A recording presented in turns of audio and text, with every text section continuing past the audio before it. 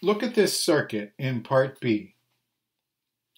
Battery, resistor, resistor. Two resistors are connected side by side in what we call parallel. And by the way, I'll show you what a resistor looks like. You've seen these squiggly symbols. That's a symbol for a resistor. We'll learn more about them later.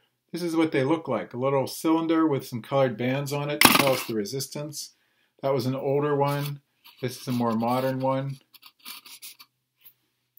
You can see a picture of a resistor on the topics box for this chapter. Here's a special phone that I got a long time ago. It's an old-fashioned phone.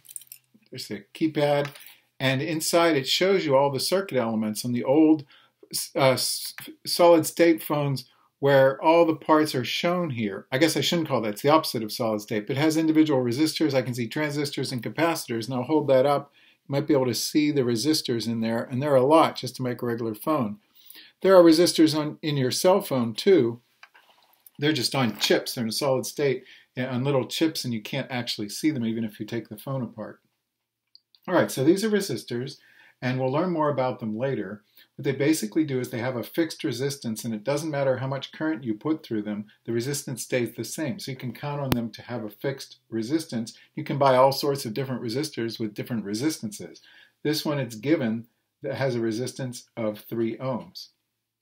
So look at this circuit, and you have enough information, enough skills now to find all the values that are missing in this circuit. That means to find the current coming out of the battery, which is often labeled I0.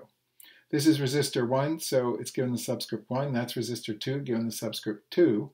You have the skills to find the missing voltage here on this resistor and the current through that resistor, the voltage on this resistor, and the resistance of this resistor. If you want a challenge, you could pause the video now and see if you can figure that out all by yourself before I even teach the lesson. I call this skill here, filling in these missing values, intermediate circuit analysis. Advanced circuit analysis is something we do in AP Physics. And here's the goal. There are 3 quantities we've learned about, and 3 that we care about in our basic circuits, voltage, current, and resistance. Some of them will be given, and some will be missing, and your goal is to calculate the values of the missing ones. We'll come back to this example in a moment. Here are your tools, and there's nothing new here. It's just a summary of what you've already learned. 2 laws from Kirchhoff and Ohm's law. We'll review very quickly. Kirchhoff's first law is commonly called the node law. It might be called the junction law. You can think of it as the point law. It means if you take any point, it's the law for current, right? For current. You take any point, the total current going into that point, these 2 arrows, has to equal the total current coming out. We had a previous video on that, and you've done circuit analysis on that. His second law is for voltage, the loop law for voltage. It's completely different from the point law. You don't look at points, you look at one round trip at a time. And each round trip, for every round trip you pick, the voltages you gain as you go around that loop have to equal the voltages you lost. And typically in freshman physics, you're only gaining voltage in a battery, or perhaps 2 or 3 batteries in a row. And then on each round trip, whatever you gain in the battery in voltage has to be lost along that single round trip in anything else, whether the resistors, lights, motors, or heaters, or what. Right, you've seen both of those before. If you have any trouble with them, you want to review previous videos and previous practice problems. Then we have Ohm's law, V equals IR, which is the relationship between these 3 important quantities. And what I want you to pay attention to now is that this relationship is true for each resistor individually. So it's not just true for the circuit as a whole. You look at each resistor individually. It's not applied to batteries. All right, I want you to look at this equation and think, how many letters are in it? 3, which means how many do you actually need to know in order to know all 3 as numerical values? How many of these do you have to have as givens in order to actually know all 3? And the answer is 2. Right? If you have 2, you plug them in and you can solve for the third one. So one of your tools here, one of your approaches here is going to be look at resistors, and if you see any 2 of these numbers by the resistor, you pounce on that resistor. That's your next step to do. You pounce on that resistor and find the missing value. right? In order to be able to do that, this is very important when you're doing these problems. Write your answers on the diagram as you go. Don't just write them off to the side. Write them on the diagram so you can see the patterns, because this is unlike the word problems in the first semester. I can't give you a sort of cookbook recipe, do this, then that in order. You have these three tools, and you're just going to use whichever tool will work next. And you'll see that as we do two examples. Right, here's our first example. You may want to pause the video and see how much you can do on your own. All right, let's apply our three rules. First, we've got two resistors. Do we see a resistor with two numbers on it? And the answer is no. So we cannot start by using Ohm's law. This resistance is R1, it goes with that resistor. This voltage goes with that resistor. All right, we don't have anything about current, so that leaves us only with the loop law for voltage. So let's try to use that. Well, there's only one loop, that makes it easy. Gain 12 in the battery, lose 2 here. That means the first thing we can figure out is that the missing voltage here must be 10 volts. Okay, and I'm going to put a little 1 by that. Put that in your notes to remind you that was the first thing you did. Otherwise, when you're done, you have all the numbers written down and you can't, it's not a good example. It doesn't show you the order in which you did them. You'd have to go back and watch the video. Okay, now look at this resistor. We see it has 2 numbers out of 3, so you pounce on that.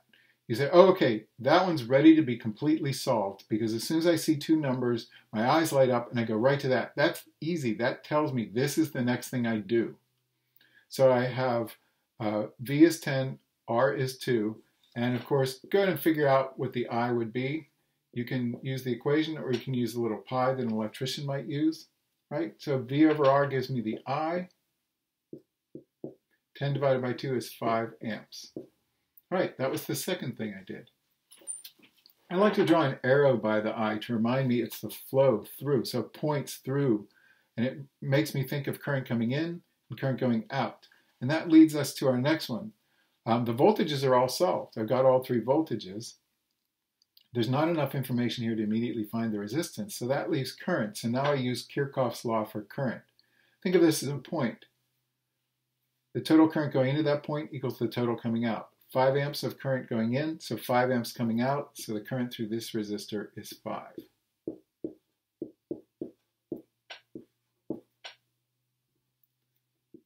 Right? That's Kirchhoff's law applied formally. You can also think of the analogy of cars.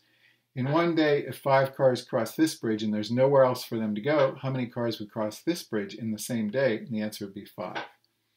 Right? And now we see this resistor has 2 values given on it, so I pounce and I figure out that third value. And let's write 1, 2, 3. This is the third step we did, so write a 3 by that one. Okay, and now we can use this again, or V equals IR, and you'll find this last value, this resistance is 0.4 ohms. I did this on purpose so you can see there's no reason that every number has to come out to be an integer or has to come out to be bigger than 1. You could have decimal numbers, very common, especially with current. You'll especially have currents smaller than 1 in real circuits. All right, and let's do this one. Pause the video if you haven't solved this already and try to solve it now using our 3 skills. All right, I look at this. I don't see 2 numbers by any resistor, so that's a dead end. Current is a dead end, so I start with voltage.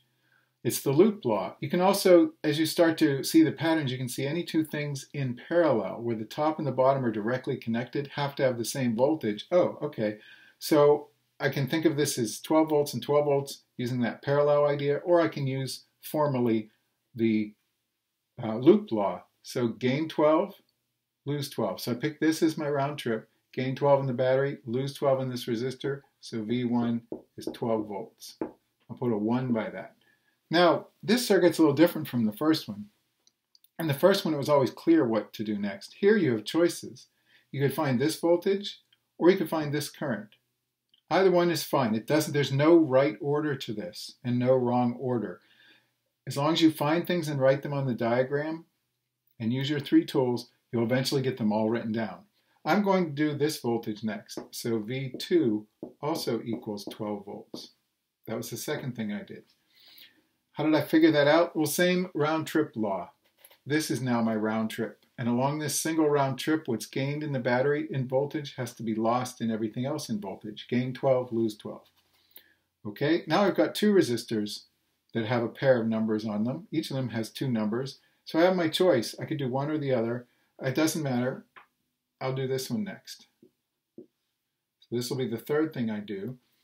And I find the missing resistance. This is getting easier for you, I hope, so I'll go faster. 2 ohms. And then for the fourth thing, I'll find this missing current. And again, I'll go faster because I think it's getting easier. V equals IR, so 12 divided by 3 is 4 amps. So now each resistor is complete. I've got all 3 numbers for each resistor. And again, there's different orders you could have done that in. Finally, the thing I do have to do last is this one. I can't do that until I know both currents, right? And I'm going to use the node law, the point law for current. The total current going into this point here equals the total coming out. And I know coming out, I've got I equals 4 there, and coming out over here, I've got I equals 6. So I've got 4 going down this branch, 6 going over on that branch. That means this has to be 10 amps. And that was the last thing I did, so I write a little 5 by it.